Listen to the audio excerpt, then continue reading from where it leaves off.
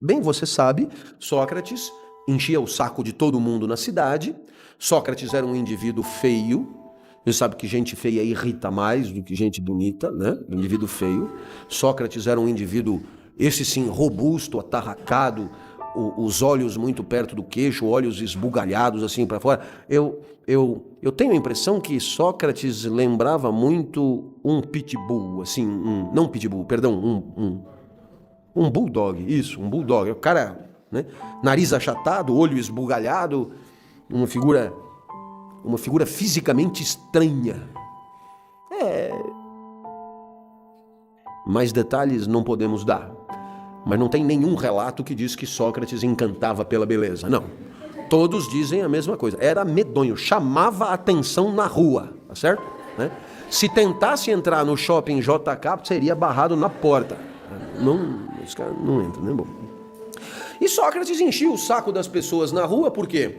Porque ele parava gente agrandada, gente importante, as pessoas diziam coisas e ele fazia perguntas de fundamento, né?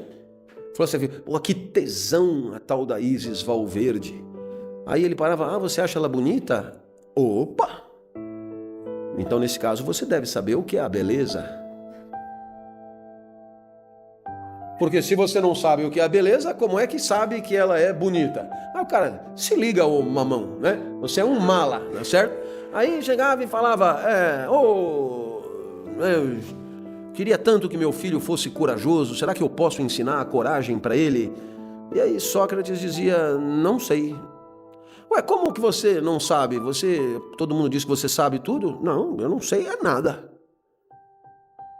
Como é que eu posso saber se é possível ensinar a coragem para alguém se eu não sei o que é a coragem? Agora, você, se me pergunta se é possível ensinar a coragem, provavelmente sabe o que a coragem é.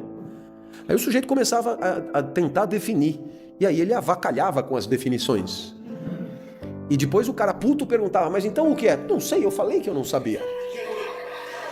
O que eu sei é que você é um idiota. Agora, eu pelo menos disse que não sabia, né? Então o que aconteceu? Ele começou a cutucar os caras, e os caras devem ter se reunido em torno de um churrasco, né?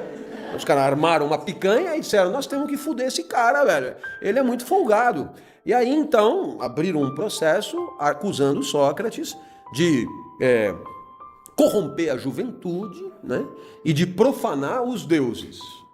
Ora, é uma acusação absolutamente infundada, você pode pegar tudo que foi dito sobre Sócrates, não consta nada, pelo contrário, toda vez que Sócrates fala, ele fala nos deuses, então absolutamente infundado. Bom, o fato é que Sócrates vai para o julgamento, deixa claro que aquilo que está sendo atribuído a ele é absurdo, e aí cria-se um certo mal-estar. Sócrates é condenado a tomar cicuta, mas cria-se um certo mal-estar. Fica evidente que houve uma perseguição, né?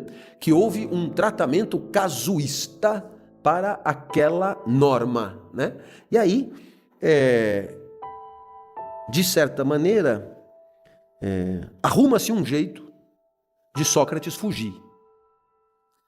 Na verdade, os discípulos de Sócrates dão uma grana para o cara que toma conta. As autoridades também não fazem muita questão que Sócrates morra, desde que ele não apareça mais. Então o que dizem para Sócrates é isso, o negócio é o seguinte, você de noite vai cair fora e depois você vaza. Então aqui é o ponto.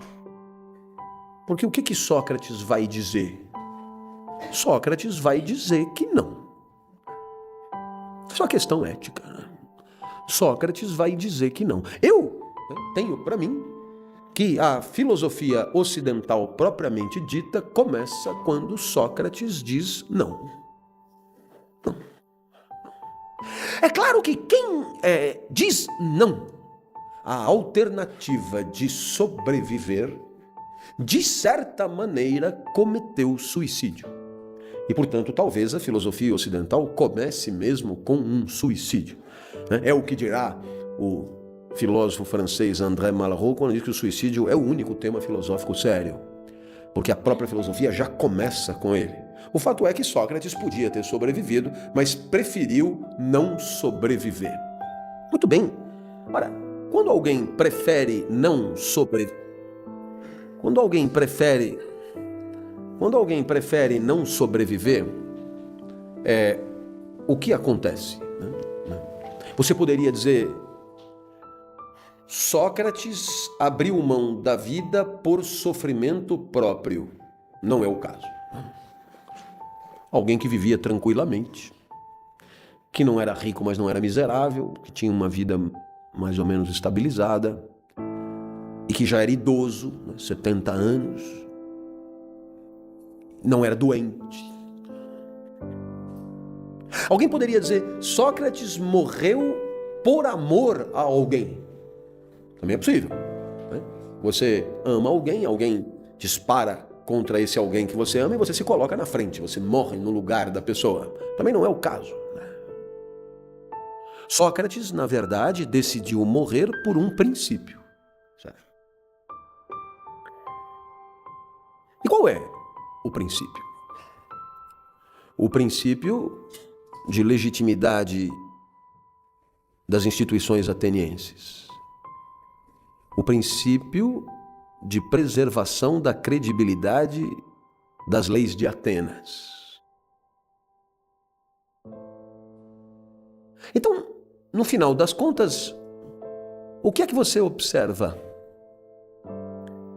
Que nós estamos diante de uma situação de grande complexidade.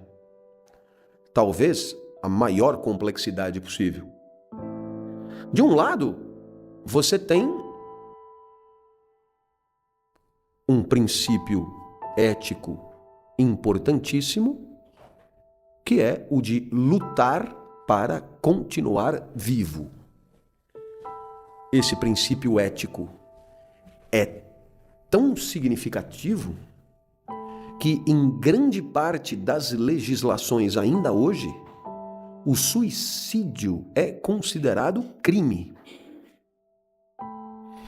Portanto, existe um princípio moral, que é o princípio de conservação da própria vida. Esse princípio moral, de certa maneira, coincide com uma certa inclinação, com uma certa essência do vivente, né? Com aquilo que depois Hobbes e Spinoza vão chamar de conatus, a luta por perseverar no ser, né? Isso é um princípio.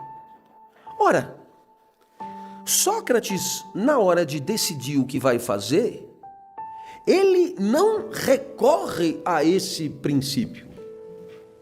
Por quê? Porque ele estabelece uma hierarquia e ele coloca outro princípio como superior a este. E o princípio que é superior a este é o princípio da preservação das leis da cidade. Ora, o que é que você está aprendendo aqui? Que nós estamos diante de um início de revolução, aonde o que é mais importante não é necessariamente nem a vida boa, nem continuar vivo. A ética aqui, pela primeira vez, é entendida como uma forma de saúde coletiva, como uma forma de saúde do todo, da sociedade, e não de uma ou outra pessoa individualmente